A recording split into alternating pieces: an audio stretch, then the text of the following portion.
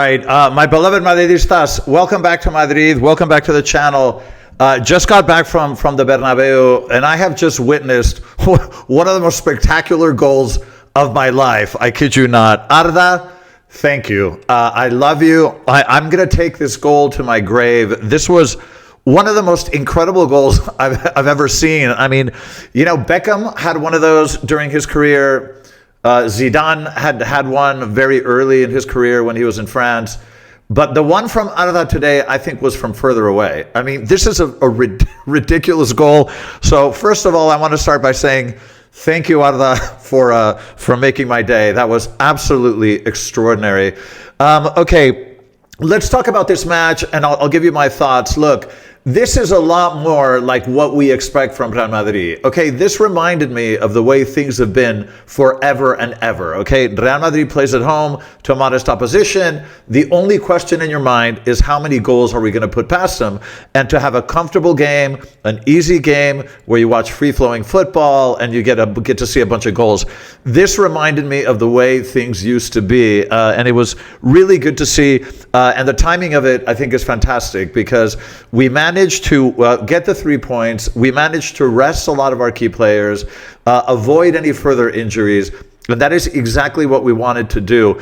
Now, one thing I'll say, I'm a little bit confused because I counted 6 substitutions, and I hope that I'm wrong here, but I don't know. I was kind of taking notes, and I counted 6 substitutions. Now, as far as I can tell, in La Liga, you're only supposed to get 5 substitutions unless there's a concussion. Now, I don't know if any of our players had the risk of concussion, and maybe that justifies the 6th change, but I don't know. We're going to have to see what happens there because, I don't know, I counted 6, but anyway, we'll see what happens.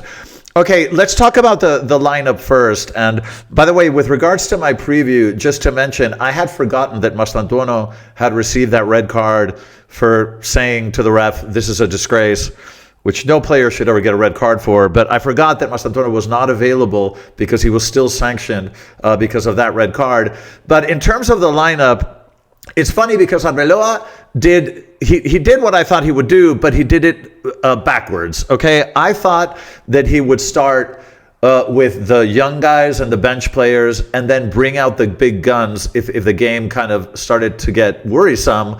But he did it the other way around. He started with the big guns, and then the second the match was kind of under control, he started bringing out the younger players from the bench. So it was kind of backwards in terms of what I was expecting, but the end result is exactly the same. We managed to rest key players, which was the whole point, avoid injuries, and win the match, which is something that we did. But the lineup was like I say, kind of the opposite of what I expected. You know, I had it inversed, but he came out with Courtois in goal, Fran on the left, Carvajal on the right. I actually got the left back and right back correct. Rudiger and Hausen in the center of defense. Then in the middle of the pitch, we had Tchouaméni, Thiago, Fede, and Camavinga, and up front, Vini and Brahim. So we were holding no punches. You know, I thought Arda would start, but I guess Arbeloa wanted to give him a bit of a rest because Arda has been a sort of, you know, regular starter. But that was the lineup. And like I say, it was kind of backwards. I mean, I knew that the second, you know, once I saw the lineup, I knew that after the second goal, you would just see a barrage of substitutions. And that's exactly what happened. Now, okay, the match itself, we'll do this very quickly, then we can talk about sort of players and stuff. Now, the tension level, it's funny, it's always beautiful to go to the Bernabeu. It's always an amazing experience, and it's really beautiful. But the tension level was just a fraction of what we experienced the other night. I mean, the difference between sort of a home game against Elche and a Champions League match against Man City, you know, it's sort of night and day. In terms of, I went with a buddy of mine, and we were just talking about the difference in the kind of tension level in the air was very noticeable. But this was a very kind of comfortable match all the way through. I mean, at no point did we feel uncomfortable. The match started, we were just kind of comfortable from minute 1. In the first minutes, Elche, you know, they didn't look shy. They tried to move the ball around. They even had a header in the 6th minute that kind of came a little bit close, you know, close to Courtois' post. In the 7th minute, you know, Brahim, who had a pretty decent match, was fouled like 3 times. But of course, Gil Manzano, who's one of my least favorite refs in all of La Liga, it's one of the most visibly corrupt refs. I mean, this is one of the ones that doesn't hide it at all, doesn't even try. Of course, Brahim gets fouled over and over and over, but of course, does not get the call. In the 10th minute, in my notes, I sort of said Elche is moving the ball pretty comfortably on the midfield, but they weren't really managing to get into our box. So they never, even when they were in possession, they didn't look particularly threatening. In the 11th minute, we had a shot by Tchouaméni wide. I wrote in the 17th minute that the match is kind of slow. It felt a little bit slow. I wanted the goals to come because I knew that it was going to be a massive priority for Arbeloa to start sitting some of these players. So the match was looking kind of slow, but I was like desperate to get the goals on the scoreboard because I wanted to see a lot of these key players on the bench and not risk it ahead of Tuesday's match. In the 22nd minute, we had a very good play by Vini, right into the box. Very nice combination play, but the last pass was off. In the 23rd minute, Fran was fouled at the edge of the box, but of course, he's not going to get the call. For Gil Manzano to give you a call, you have to get shot in the head. There's no other way. And if you're wearing a Real Madrid shirt, it depends on the shirt you're wearing. In the 24th minute, Thiago, I made a note that he played a great game, and I love this kid because of his mobility. But he does tend to dribble in dangerous areas. He does something, which is something that Camavinga does, who is another player that I love. But, this is something these guys need to correct. Thiago has a lot of confidence, and he's very good on the ball, very technical. But sometimes he dribbles in dangerous areas. There's something we have to keep our eye on because one of these days something can go wrong. In the 26th minute, Brahim was fouled for like the 100th time, but again, no call. In the 28th minute, a very good play by Fran on the left. He should have crossed the ball a little bit earlier, but Fran was very active going forward on the left throughout the entire match. Thiago, I thought, was playing very, very well. He's super active. He runs a lot. The kid he's like an Energizer bunny. He's a small guy, but he really moves around the pitch a lot. He's very, very active. I wrote in my notes that it was kind of around the 30th minute, like a very frustrating and slow first half, not particularly exciting. In the 31st minute, Elche was kind of pushing up, and they were managing to get balls into the box. In the 34th minute, a very good play by Vini and Fran on the left, but Rudiger's header went high. Another thing I noticed is that Thiago, the runs that he makes off the ball are very, very intelligent. You could always see that he was trying to make runs between defenders to get behind them, and he was trying to time the run, but he tried that over and over. He makes very good runs off the ball. This kid is a very intelligent player. In the 38th minute, we had the free kick by Fede and the rebound by Rudiger, and that was the 1-0. Rudiger, he volleyed it. He didn't even let the ball touch the ground. Just the second the ball came towards him, just put it in the back of the net. Fantastic goal, and we kind of needed that to sort of relax a little bit. One thing I noticed was that Carvajal I found a little bit slow. I just want to mention this. I love Carvajal. He's a legend. We will love him forever. But he looked a tiny bit slow to me. Just want to mention that. In the 41st minute, I thought there was a very clear penalty. But remember, you guys, this is not football. It's La Liga. So, we can get fouled in the penalty box. We're never going to get the call. So remember, this is not football. This is La Liga. And remember where we're playing.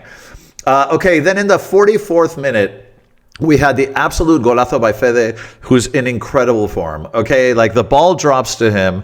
He fakes a shot with the left, gets the defender to go to ground, and then turns it on his right foot. And if you give him time and space, Fede with that right foot is going to punish you. And he put that ball right in the corner. Spectacular goal by Fede. I don't know what to say. This guy is playing out of his skin these days. In the 45th minute, Vini was called offsides in a play that he clearly was not offsides. Just have to mention that because I get so sick of this stuff. And then in the 50th minute, I thought there was a very good defensive recovery by Brahim, who made a big effort defensively as well. He ran quite a bit. In the second half, in the 47th minute, Brahim had an incredible opportunity, and he missed the totally unmissable. He was in front of the goalkeeper. I don't know how he shot that ball wide. That really should have gone in. But we were looking the second half extremely comfortable. From the very first minute of the second half, I thought we looked very comfortable. The changes started to come in the 56th minute. And in the 56th minute, we had Yanez, Gonzalo, and Arda come in. Vini, Fede, and Tchouaméni came out. So that's 3 changes, as far as I can tell. Okay, in the 57th minute, we were sort of totally in control of the match. The sense of urgency in our play had sort of gone. We were playing more comfortably. Elche wasn't really putting a lot of pressure on us, so everything just felt very comfortable, but the play was kind of a little bit slower. In the 60th minute, I wrote in my notes, Gil Manzano is an asshole. I'm sorry. It's in my notes. I have to share it with you guys. I can't stand this ref. He is seriously my least... I hate all the refs in this league, but Gil Manzano is at the top of that list. Okay, in the 60th minute, we had Rudiger come out and Aguado come in. So, okay, that's 4 changes so far. Fran, I thought, was making very, very good runs on the left in the second half. Even in the second half, he was making fantastic runs on the left. In the 62nd minute, a rare shot from Elche that went wide. They never looked that threatening, although they did eventually get a goal. Now, in the 62nd minute, we had Brahim and Thiago come off, and Palacios and Manuel Angel came in. Now, that's 2 more changes. So I count 6. So I don't know. I don't know what I'm missing. Maybe there's a rule I'm not aware of. Tell me in the comment section. But that's 6 substitutions. Did anybody have a concussion? I don't know. Okay, at this point, after all of these changes, you're feeling great. You're up by a couple of goals. You're resting a lot of your key players that you need on Tuesday. The match is under control. Everything is fine. In the 65th minute, even better. We had the 3-0, the header by Hausen. A great pass by Yanez, this kid on the wing. Fantastic pass, and all Hausen had to do was head it in. That put us up 3-0. In the 68th minute, Carvajal had a shot that went wide. In the 70th minute, I thought we were moving the ball around, really, really beautifully.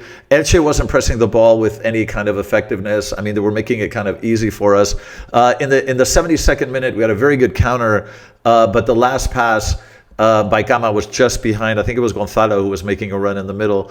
In the 77th minute, I just made a note that it was excellent defensive backtracking by Fran. Fran ran a lot on that left wing. I give him a lot of credit because he played 100% in this match. So I thought he had a very good game. In the 78th minute, Gonzalo had an incredible chance, 1v1 with the keeper. And he just kind of, the shot that he released was just way too soft and way too centered. Again, that should have, you've got to score those. In the 80th minute, Elche was in our box, and they did have a couple of chances, but we defended well, and we blocked both shots. In the 82nd minute, I mentioned that Palacios and Yanez both look very good to me. I think these players look really crisp and really sharp, and they don't look shy. They look very confident. I think the youngsters that we saw tonight look very good to me. In the 84th minute, you had the mistake by Camavinga that produced the 3-1. Irritating as hell. When you're playing a match like this, you love the clean sheet. It just makes the scoreline look so much more beautiful. Unfortunately, it wasn't the case. So that took us to 3-1. Mistake by Camavinga that, again, sometimes in and around our box, he sometimes makes mistakes and takes a little bit too much risk. He's a player I love, but that was a clear mistake, and that led to the 3-1. Okay, in the 86th minute, we had an amazing shot by Arda Güler with his left. Arda's left it's beautiful. It's something divine, and it was curling right by the post. And just when you thought that was beautiful, a minute later he scores one of the most ridiculous goals you'll ever see. I mean, this had to be, if I'm calculating, I think it would be about 65 meters away. This is how far he was. He was deep into our half.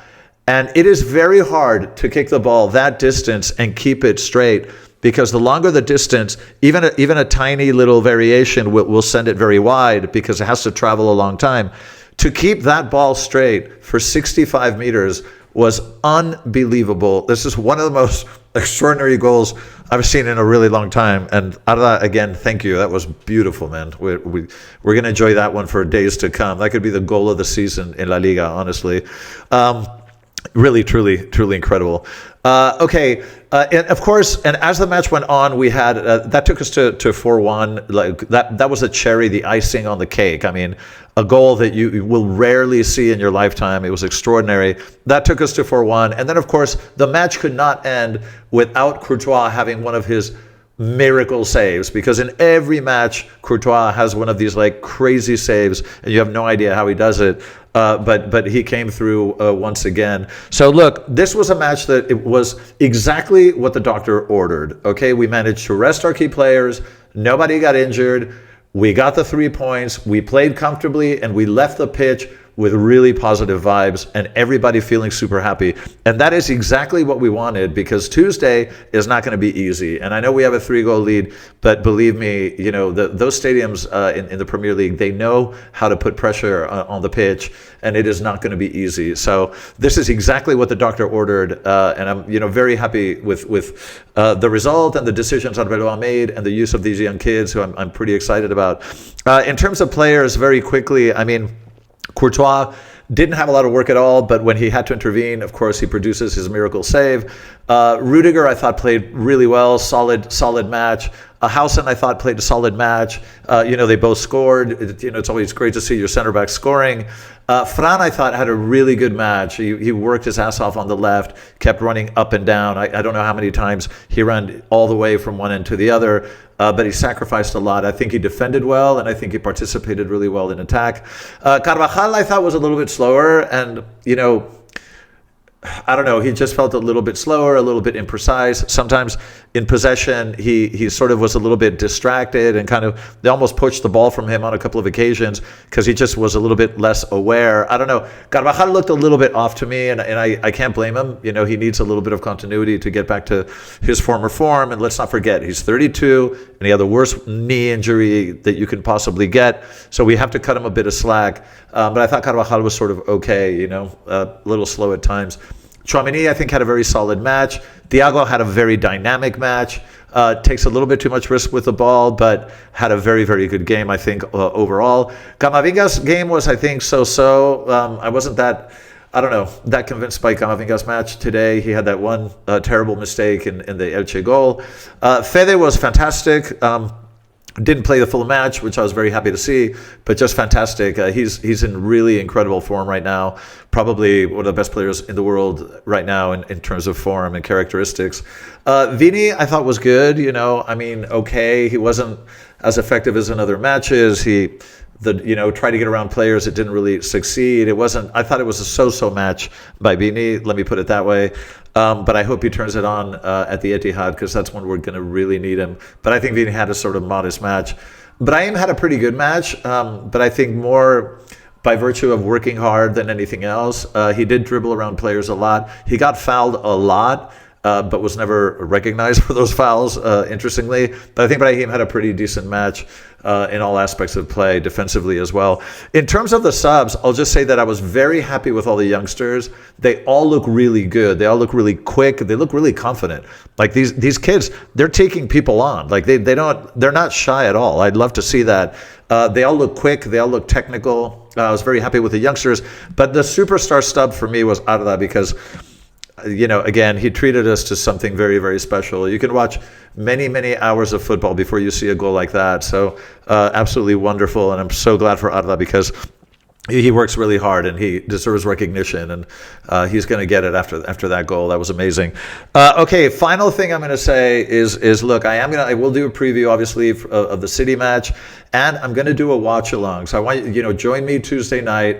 I'm going to do a watch along. We're going to start early. We'll do a Q&A. Because once the game starts, it's a little bit harder to deal with the chats. But join me Tuesday night. We'll start super early. We'll do a lot of Q&A. We'll talk about the lineup. We'll do a lot of stuff before the match starts. And then you'll watch me suffer, and you will hear me cuss in Spanish and possibly other languages as well. And we may break a piece of furniture or two as well, because the Champions League is I take very, very seriously. It's the tournament that I most want, that all Madridistas most want. And with the advantage that we have, not getting past City would be absolutely devastating. So this is going to be a huge match, and I really hope you guys can join me for the live stream, for the watch along. Okay, that's it for the night. I'm exhausted, but just so happy with the victory. Let me know what you guys think in the comment section. Love all of you, and as always and forever, Ala Madrid.